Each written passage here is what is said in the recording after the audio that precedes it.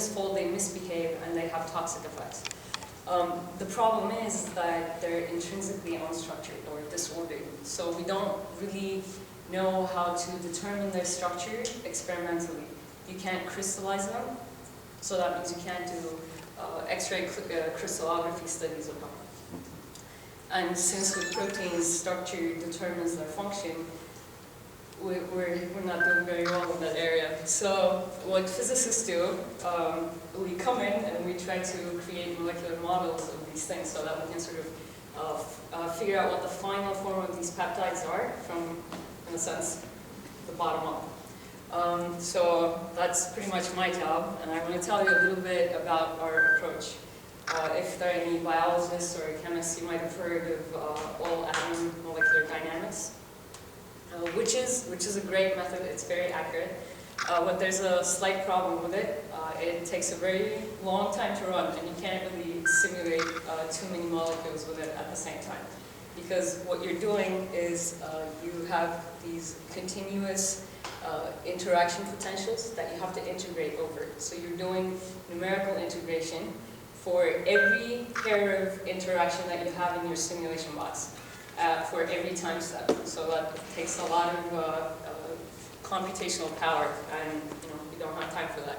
So what we do instead is we discretize these potentials. So we approximate this by using square law potentials, which allows us to go from numerical integration to more algebraic methods, where you can use energy conservation laws and momentum conservation laws. So that simplifies our life quite a bit. And the next thing that we do to simplify things again is we take the amino acids that we have that build up the proteins and we simplify this to this. So we have a 4B protein model, and 3 of these B's are for the backbone atoms, this nitrogen and the 2 carbons, and this R is the side chain of the amino acid, which is amino acid specific.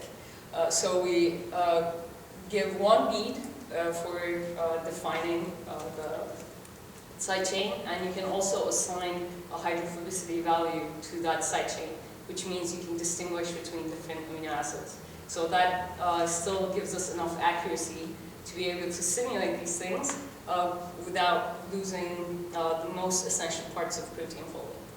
So next, why do we care about Alzheimer's disease? Well, I'm sure you can understand why, but I'll scare you a little bit more. So you might know already that Alzheimer's is related to memory loss. It's a very difficult disease for the person involved, also families. And it is accompanied by the accumulation of these amyloid beta proteins and tau proteins. And it's expected that by 2050, it's going to be one of the largest epidemics around the world. This number is going to double by that time. So you sort of have to get working on this. And every field in science is now looking at Alzheimer's disease. What about amyloid beta? Why do we care? 1, it's toxic, and 2, it's pretty much a hallmark of the disease. And it comes from these membrane proteins called the amyloid precursor protein, APP. They're cleaved from the cell membrane, and normally they just aggregate to form plaques. And at first people thought that they were the toxic versions of A beta, these plaques. But recent research has shown that it's actually the smaller aggregates, which are called oligomers. So you have maybe 2 to 30 proteins together. So those are the actual primary toxic agents in AD, Alzheimer's disease. So there are many different lengths of A beta, and a lot of work has been done on A beta 1 through 40 and 1 through 42, which are the most common types. But there are many other ones, these truncated A betas that we got interested in. A beta 3 through 40, 11 through 40, 3 through 42, and 11 through 42. They all start their protein sequence, this guy over here, with glutamic acid, which is the E that you see over here. And what happens when they're cleaved and they fold is that they can seed aggregation, meaning they speed up the aggregation process, and they also, when mixed with the wild types, the longer peptides, they make the whole conformation more toxic. So we want to know why that is exactly happening. So what we do once we have selected our target is we take these proteins, we model them, we put them in a simulation box that looks something like this. We have 32 proteins of each type, and then we allow them to run, do their thing, fold, aggregate, and then after the system equilibrates, we take a look at what their structures look like. And I have to exit this and show you a movie, 2 movies of the simulation process. This first one is for there we go. So here this is for 3 through 42. And I'd like you to pay attention to what's happening with these red dots that represent the N-terminus. So that's the glutamic acid that I mentioned. So if you look over here, as they aggregate, you'll see the N-termini sort of sticking out. I apologize for the quality. These things are good to make. But you can see that the N-termini sort of flail about. They're sticking out of the globular center of the protein, and they sort of interact with whatever's floating about them. It's a 1 minute long video, so I'll go to the end. So they just keep doing this and aggregate. And this next one is for 11 through 42. And again, if you pay attention to the N-termini, the red beads, you can see that they don't exhibit the same behavior. They're just sort of sticking to the center of the protein. And also another thing to notice about 11 through 42 is that this peptide, or this oligomer, is a lot larger than the first one that I showed. And that's a common thing for 11 through 14 and 11 through 42. These shorter peptides actually form a lot larger oligomers, and it just keeps on growing. Pretty much, that's, I think, about 20 to 25 peptides stuck together. So, let's see.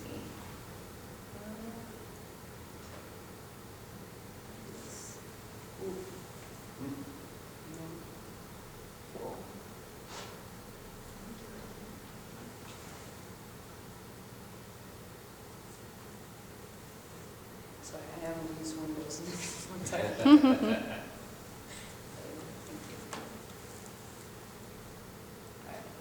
So, now that you've seen the pretty movies, I'm going to show you something that's a bit more mathematical, so that it looks more like science. So once we finish these simulations, what we do is we go in and figure out the best way to represent the differences between these peptides. And what we did for these peptides was we created the free energy landscapes, looking at 2 coordinates. One coordinate is the distance on the x-axis, the distance between the N and C termini. So the N and the beginning of the peptide. How far stretched out does the N-terminus get? And the other one, the y-axis, shows you the coarse-grained solvent accessible surface area of the hydrophobic residues only. Right? So that is a description of how collapsed your protein is, because you expect the hydrophobic residues to be shielded from the water. So what we saw was that for 1 through 14 and 1 through 42, you have similar SASA values, solvent accessible surface area. And for 1 through 42, you see a little bit of an extension for the distances between the termini, but not much. You still have a well-defined center for the oligomers for the peptides. When you truncate these peptides at the 3rd position, you can see that there's an extension along the distance axis. That means that even though the SASA doesn't change, the overall hydrophobic collapse of the peptide is the same, but your N-terminus is now sort of stretching out and it's free to move about. And when you look at what's happening with 11 through 14 and 11 through 42, it's completely different. Now your SASA has gone down, which means your proteins are a lot more compact, and the N-terminus doesn't stick out at all. So you don't see anything in the 4 nanometer distances. So another thing that I want to show you, some more pretty pictures of our proteins. If you look over here at 3 through 40 and you compare that to 11 through 40, again, it's pretty obvious that the N-terminus are sticking out over here, and not so much for the 11 through 40. And the same story here with 3 through 42 and 11 through 42. These are the assembly pathways of the peptides. So you can see that for the longer peptides, your final products are generally smaller peptides, whereas for the very short ones, you get huge oligomers. Oh, I keep going to the keyboard. Right. So what we interpreted from these results is that the truncations at the third residue result in more likely more toxic peptides. The reason for that is because the N-terminus is flexible and it can interact with the environment. So comparing that to the 11th residue truncations, very compact, very small oligomers, it's unlikely that they're going to interact with their environment that much. So what we think would be a good way to deal with the toxic effects and also the aggregation effects of these peptides would be to target the N-terminus of the truncations of the third residue. So the next thing that we want to do on this project would be to do simulations of mixed peptides. So if you could put 3 through 42 with 1 through 42 and see if that changes the folding process of 1 through 42, that would be very nice. There was a recent Nature paper published on this. Hopefully our results would support their findings also. And that's pretty much my last project, which has been wrapped up and it's being published now. And after this, what I want to move on to is a more programming-related project where we actually fine-tune the DMB force field that describes these interactions with peptides. And we're going to do that by sort of fine-tuning these distances involved in the square walls, and also redescribing the hydrophobic interactions for the amino acids. That's pretty much it. Thank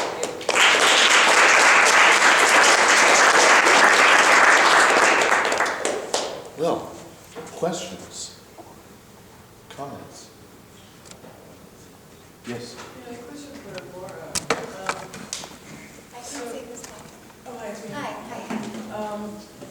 So your research is explicitly on females. Do you know if has any research been done on males and like how maybe their brain is different, or I know it's kind of more rare in males. Yeah, so that's a very good question, and part of the reason why particularly neuroimaging work in folks with eating disorders tends to focus more on females, because it's such a new field, is that because menstrual cycle and the hormones involved in that process really influence brain activation patterns.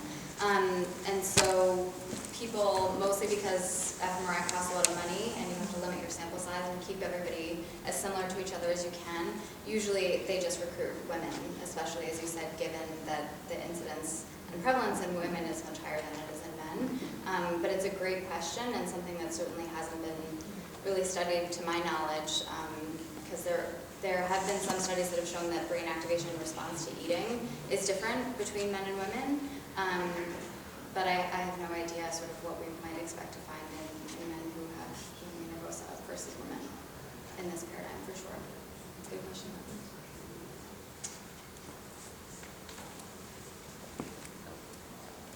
Yes? This is also for Laura.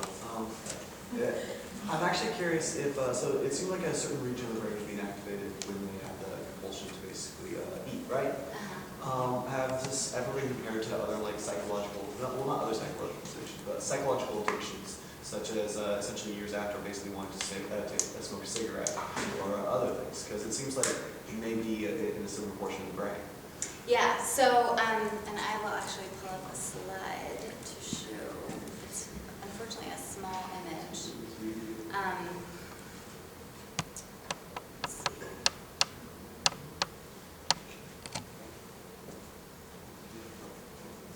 Okay.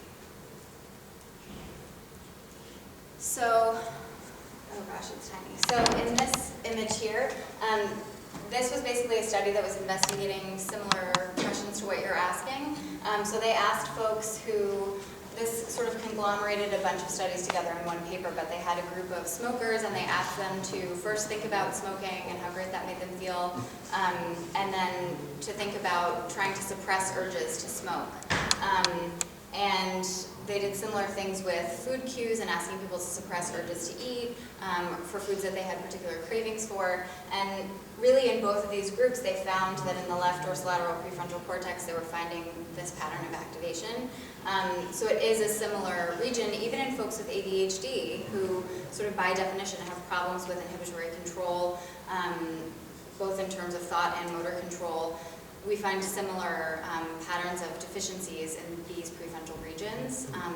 So part of what's cool is that then once this paradigm has been refined is that if we could use it to study groups that also have deficits in self-regulatory control but in different arenas, to then see if this really taps onto something unique to eating specific inhibitory control that these sort of general button pressing tasks aren't capturing, and it's just sort of making everybody who has that deficit look the same.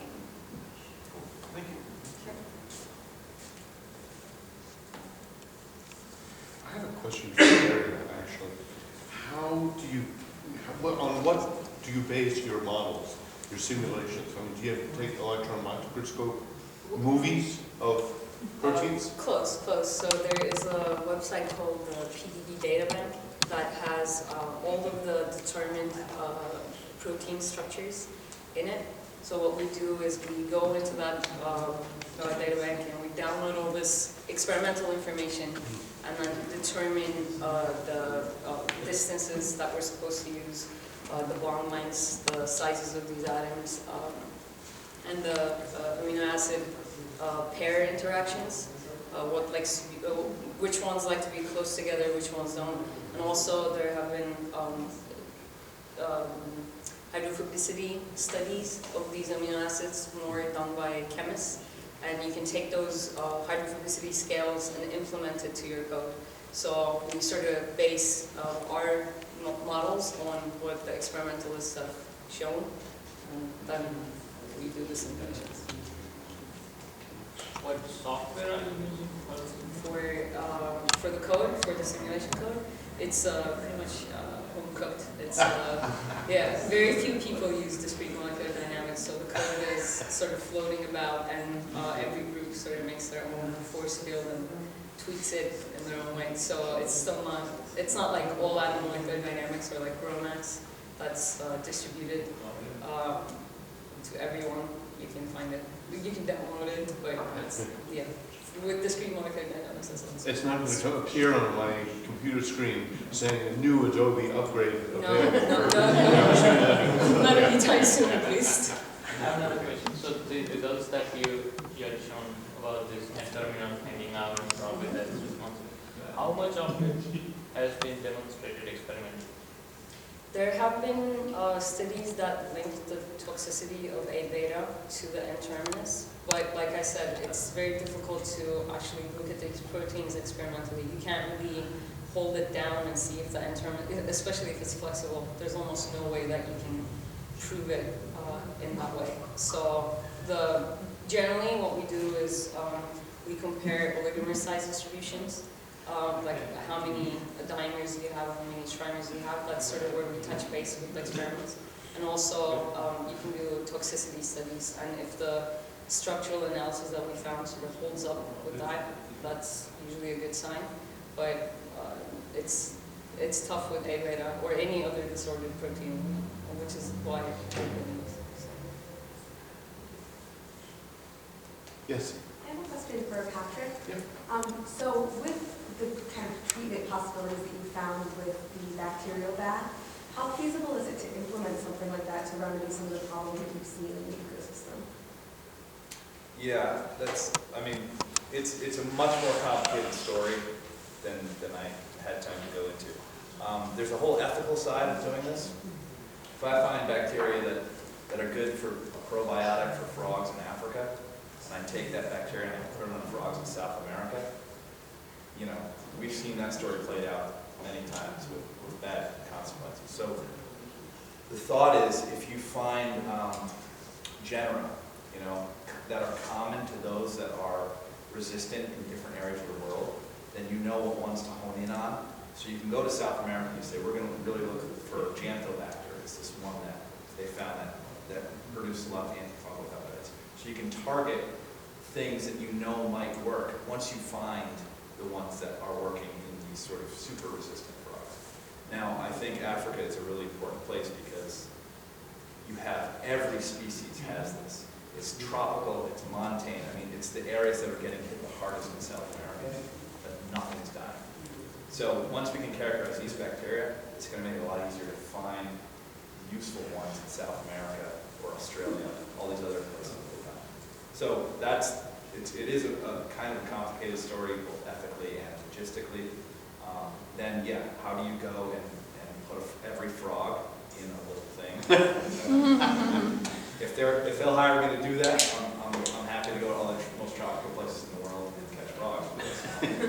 But one of the ideas is that you have, if you get a large enough subset of the population, you throw them in this broth and you release them. Frogs reproduce a lot. They've got the bacteria on their skin, they're going to pass it between them. And they found that in that one test study in Sierra Nevadas with the mountain yellow-legged frog. They found that sort of resistance hangs on. And that study isn't published yet, but that's the word on the street. So it's a lot of promise. You heard it here, folks. Yeah. And if that guy hears me say it, he'll probably come after it. But I think there's a lot of different things. There's the ex situ conservation in zoos. There's some of them have antibodies, some frogs have antibodies. We don't know how that's driven, if it's genetic, some sort of genetic resistance. There's a lot of different theories, a lot of different techniques. But this one really sort of, if we really want to save the frogs that are going extinct today, tomorrow, next week, then I think the probiotic is what we probably don't. I don't know if that answered the question. Can you think of developing vaccines for your frogs? Yeah, so I mean, another viable thing, but developing a vaccine again, how long would that take? And these things are dying today, so. And I don't know how you can, a vaccine for a skin fungus, I don't know how that works. But, it's possible. What's the first species that would die off after the frogs? What's the first species that dies off after the frogs die? Yeah. Frenchmen who eat frogs. Herpetologists who don't have jobs anymore. What you see is ecosystem collapse in streams, primarily. The studies that look at ecosystem collapse, I should say that's sort of a very general term, ecosystem collapse, sort of trophic cascade. So all of a sudden you don't have hundreds of thousands in some cases of tadpoles chewing down the algae. You have the algal blooms in these areas. The algal blooms suck all the oxygen out of the water. All the fish die. The fish die, everything that relies on fish. So stream ecosystems get hit hard. But that ripples up through the ecosystem. Those studies are hard to really quantify, but there's some big grants out there that are trying to do it right now. And most of the results said, yeah, there used to be 36, 40, 50 species of frog in this area. Chytridiomycosis came through. You can't find any frogs left, and we see this sort of the diversity is much lower. The primary productivity is much lower. So there's a lot of negative effects from taking frogs out. Have you observed any form of, or is there any potential cross-species transmission? Potential what species? Cross-species transmission of this infection, like from frogs to something else? Well, so salamanders get it, but I mean, still. I mean, given the situation as you were explaining, that's like very serious infection, frogs are dying. So, should we be worried about this skipping on to something else or affected some other species as well? Species of amphibians or other species of whatever, snake or. So the thing about a fungus is that it really needs a moist host, and amphibians are perfect because they have that slimy mucus layer on their skin. So that's why they're this perfect host for fungus. It's actually a surprise that they don't have more skin infections and skin fungal infections, and this hasn't really been looked at. What's in that mucus that keeps this wet skin from, you know, being attacked all the time? It's a perfect host for a lot of things. And so I think, aside from the chytrid, we're going to find a lot of cool things with bacterial communities that sort of co-evolve there. And but yeah, I don't think chytrid's going to make a jump to humans anytime soon. Maybe. Because this disease is a fungus, have you guys been able to identify any other disease reservoirs, or is this purely based on contact rate?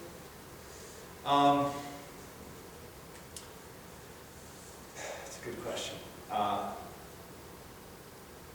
We see it sweeping through. So it's not sort of, if you think of a reservoir, most of the areas that had, most of the naive populations that did not have chytrid, high diversity, no chytrid, especially tropical montane areas, you saw this wave come through. In fact, there's a professor in the bio department, Dr. Sue Killen, and she was on the first studies that documented chytrid going down through Panama, and you could see, you could get a week ahead of it, you see all the frogs, and it would sweep through, and there would be nothing left. So, subsequent to that, they've actually tried to reintroduce frogs into these areas, because we think maybe the frogs are gone, the chytrid is gone. The chytrid still persists in the environment. So, if it's there, it's there. You're not getting rid of it. And that's the other idea of a probiotic. A probiotic's not going to kill it. It's going to keep it at level